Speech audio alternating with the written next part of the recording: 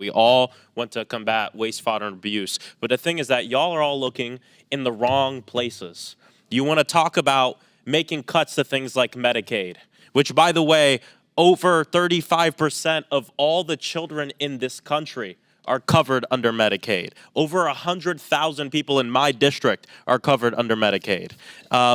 People like the grifter-in-chief Trump and President Musk are openly using their public offices to enrich themselves to the tune of billions of dollars.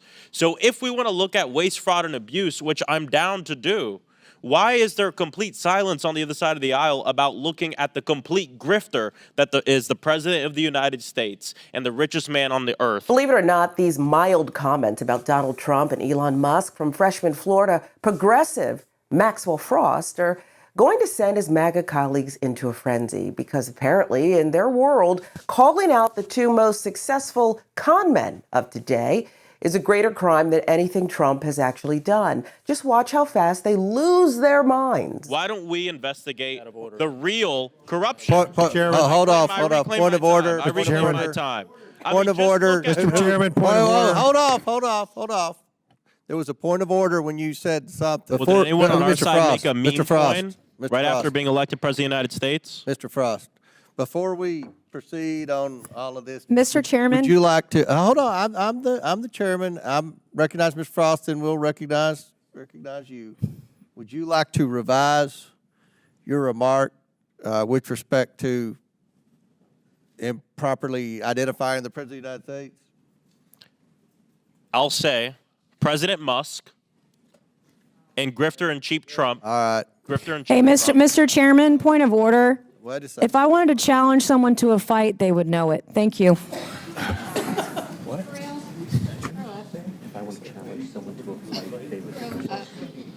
There's an extra fundraising video for her. Clay Higgins and Nancy Mace have no problem spewing misinformation and bigotry both inside and outside of the Capitol. But God forbid an anti-establishment Democrat tells the truth, because that's what's really at play here. Frost hit a nerve, and when you hit a nerve with MAGA Republicans, their first instinct isn't to debate the facts, it's to silence the messenger. Mr. Chairman, I don't believe that Mr. Musk is protected by the rules of the House or the committee. No, We're looking at the disparaging the president now. but I don't believe Mr. Frost disparaged the president. I believe he disparaged Mr. Musk. Well, he did disparage. Mr. Chairman, if Mr. Musk actually came here, then maybe the rules All right. of the committee I heard would no apply to disparagement him. of the- But- I'll say something else. We'll save a lot of time. I'll say something else. Okay, all right.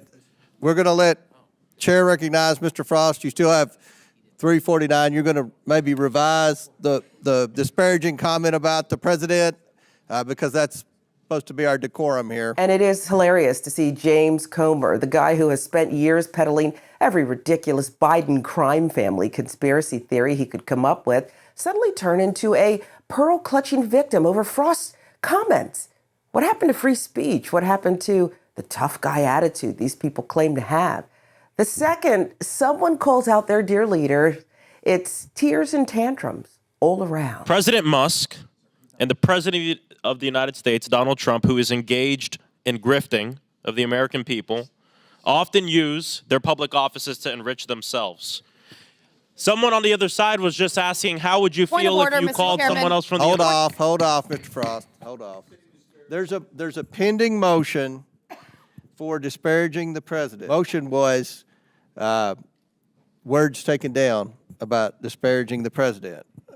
And the chair finds the words for the gentleman from Florida are not parliamentary because they constitute personalities toward the president, which if you sit in the House floor, that's always uttered by the presiding officer on the House floor. You cannot disparage the President of the United States. So, Mr. Chairman, would you please read back to us the words that were disparaging? Because I didn't hear them. if you're willing to request unanimous consent to withdraw the disparaging the comments about President Trump, I guess you can disparage Elon Musk if you want. I will withdraw cannot- grifter-in-chief. I will say the president's grifting because you spent the last 2 years saying right. President Take Biden was down corrupt. his words. I can say that Trump is motion- grifting. What I will withdraw Remember- is calling him grifter-in-chief.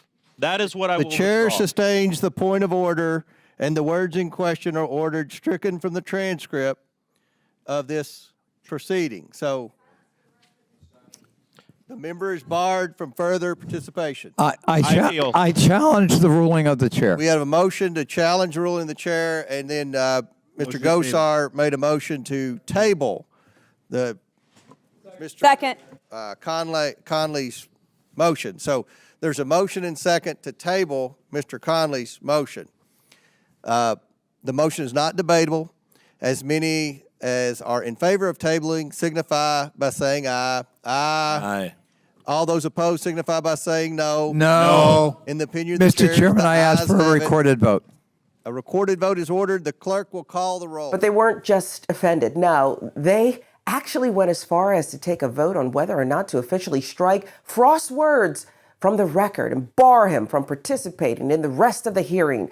Because in a country where actual criminals walk free, apparently calling out Trump and Musk is where they draw the line. Mr. Chairman, on this vote, the ayes are 20, the nays are 19. All right. The motion to table passes. I now recognize Mr. McGuire. I want to say it's despicable that this committee is going to silence me for bringing The up gentleman's Trump's words have been Mr. taken Frost, down. He is not Mr. permitted to Frost. speak for the rest of the hearing. making millions of dollars. Mr. Frost, off the American people. Mr. Ranking Member, I'm going to have the Sergeant at Arms remove him if he doesn't refrain. All right. Chair recognizes Mr. McGuire. Last week, I held a veterans town hall in my district at my local VA. There were a few hundred people that showed up. Folks came very confused, very angry, and very scared. They asked questions. I have some of them down. They asked, will I lose my benefits? Who staffs Doge, and what are they doing with my personal medical information? Will budget cuts mean that I'll have longer wait times? Why is my health care being sacrificed to politics? These are the questions people ask me, my constituents, veterans ask me. Among the 18 inspectors general that Donald Trump illegally fired, which, by the way, Congress was supposed to be notified before an IG is fired like that. Maybe but 2 hours ago, Republicans in this committee took a vote to silence me because I said Donald Trump was engaging in grifting. But complete crickets when he breaks the law and completely circumvents Congress and doesn't tell us about the firing of 18 inspectors general. How will the firing of the inspector general of the VA make it harder to address the issues that my constituents, the veterans in my district raised? I responded earlier that I thought it was unfortunate those IGs were fired. I think we lost a lot of institutional and expertise in that area. We've worked very closely with Mike Missile over the years and the other IGs. Now, they have a very talented group of people. They'll soldier on, and they'll continue to do the job, but it was unfortunate. And, you know, I had recommended to the Congress to make the change to require the 30-day notice and to give for cause, because the inspector generals do report to the Congress as well as to the head of the agency. It's a very unique responsibility, and Congress should have the opportunity to engage in a dialogue on that. I don't dispute the president's authority to fire them, but how it's done and follow the proper procedures, I believe, is important. MAGA's reaction to Frost's comments isn't just absurd, it's revealing. These people will do anything to protect the illusion that Trump and Musk are untouchable, that they are geniuses, self-made, unstoppable. But the truth? They're just two power-hungry billionaires who have built their empires off of deception, manipulation, and, in Trump's case, outright criminality. That's why MAGA Republicans lost it, because the grift only works if people keep believing the lie. And Maxwell Frost just shattered that illusion on live TV.